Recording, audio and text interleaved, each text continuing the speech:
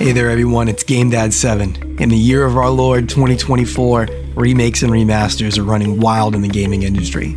As 90s babies obtain more and more buying power in the economy, our nostalgia will continue to be tapped, for better or for worse.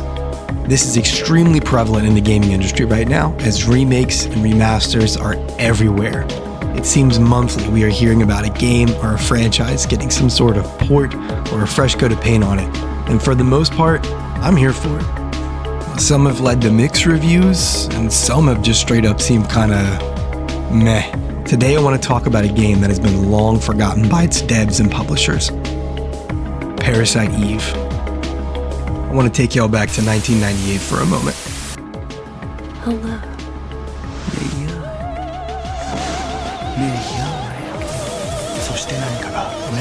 I am Eve. The cinematic RPG. Parasite Eve. Someone in marketing loved that tagline, the cinematic RPG, because it's plastered all over any of the ads. Now the game itself, Parasite Eve, is a biological horror-themed, turn-based action RPG. Man, that was a lot. If you've never played it, I'm going to sell you on it real quick. It's basically like you spilled some Final Fantasy in my Resident Evil. The game is built on a modified version of the Final Fantasy VII engine. Now to go over some background on the development team, you've got the father of Final Fantasy himself, Hironobu Sakaguchi, as the producer. And fun fact, the main character, Aya, is named after his daughter. Then you have Takashi Tokita as the director, probably know from Chrono Trigger, Live Alive, and various Final Fantasy games. The character designer is Tetsuya Nomura, who, if you know Final Fantasy and Kingdom Farts, you know who Nomura is. And to top it all off, you've got the iconic Yoko freaking Shimomura as the composer, who absolutely killed this OST. Now, if you haven't played the game before, and after hearing all that, I'm surprised you're still here watching and not running off to download the game right now. Something I didn't know back in the 90s when I originally played this is that Parasite Eve is based on a novel that goes over what happened years prior to the game in Japan. The writer and creator of that novel didn't have anything to do with this game, but is happy with the turnout. The game stars NYPD rookie Aya Bray, who partakes in the wildest episode of Bill Nye learning about mitochondria. The game takes place in New York City during the 90s. It features a fixed camera with great pre-rendered backgrounds.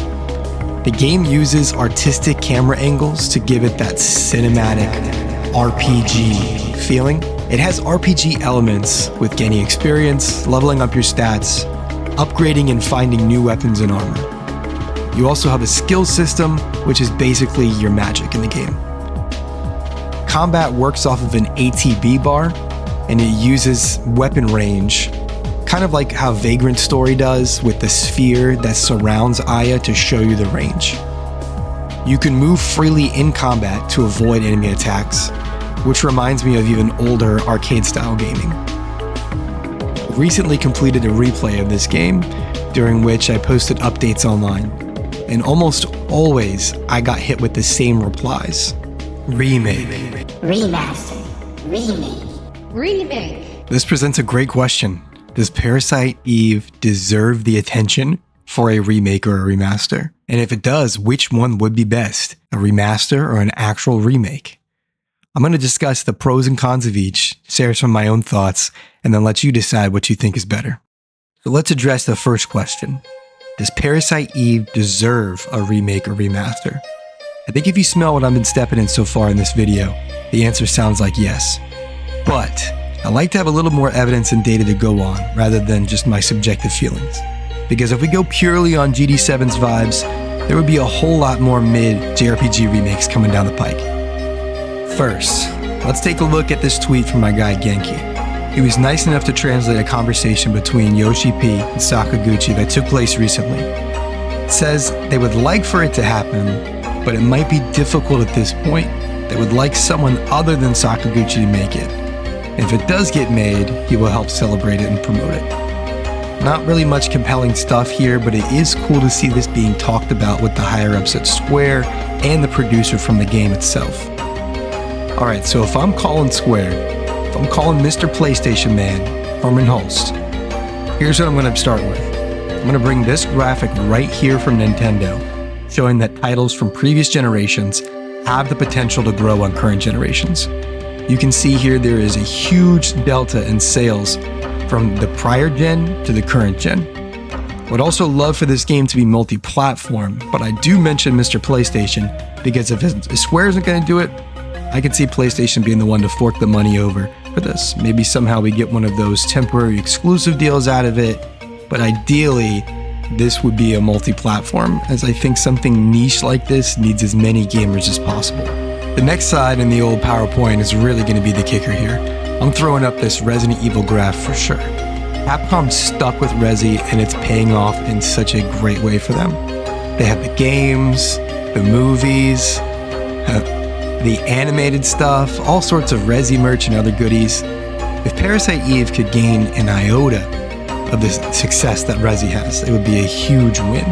Resi is very hot right now, and it has been. You even got Team Bloober crushing it with Silent Hill 2. Horror is in, and Parasite Eve would slot right into the lineup. You've got such an awesome main character who is likable. There would be cosplays, artwork. Heck, think of the crossover potential. You could absolutely see Aya getting W's in Fortnite for sure. Oh, I hate that I said that. Now, it's time that we tackle the remake versus remaster. So for a remaster, I'm thinking we can keep the artistic vision of the cinematic RPG with the awesome pre-rendered backgrounds, camera angles, the bop of a soundtrack. But we go in like Final Fantasy VIII did, touch up all the models in the game for sure. Gotta add in some features like fast forward, rewind, save states, add some cheats for the baby mode out there with some infinite health and magic. Heck, even go GTA mode with some infinite ammo. For the backgrounds, I'm not sure how you handle this though. I watched the digital Foundry video that you can see here about Final Fantasy VIII, and they assumed that the source code for all these pre-rendered background assets were gone, which is why they couldn't be updated. And you can see there is a bit of a jarring difference between the fine-tuned character models and the low-resolution backgrounds. So I'm not sure if they're going to be redoing everything for Parasite Eve. It is a much smaller game than Final Fantasy VIII, so the options are there. If there's a way to just upscale what they have, I think that would be the best thing. Black Dress Aya in upscaled HD could save me and this franchise, so I think that's going to be the key.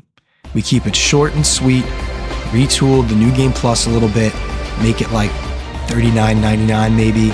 What do y'all think on the price? On PlayStation and PC, we can definitely get a sale coming up soon, but on Nintendo, that's going to be $39 until it's time to tap into the 401k. Now let's talk about the big old remake. Let's throw that Resi chart back up there. 14.5 million for Resi 2 Remake. That's insane. Almost 5 million for the original Resident Evil 2. There is huge potential here to follow a very similar pattern to Resi 2, and even if you look at Silent Hill 2.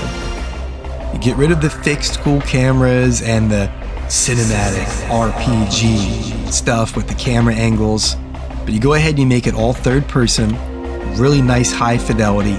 You make the monsters spawn in like zombies in Resi 2, and unfortunately that means the turn-based combat would have to go, but you can still keep in the RPG mechanics, like getting different weapons and armor, leveling them up, and having some abilities and skills on Aya. Maybe make it a little bit more arcade-like than Resi 4, but go really hard with some of the scary stuff.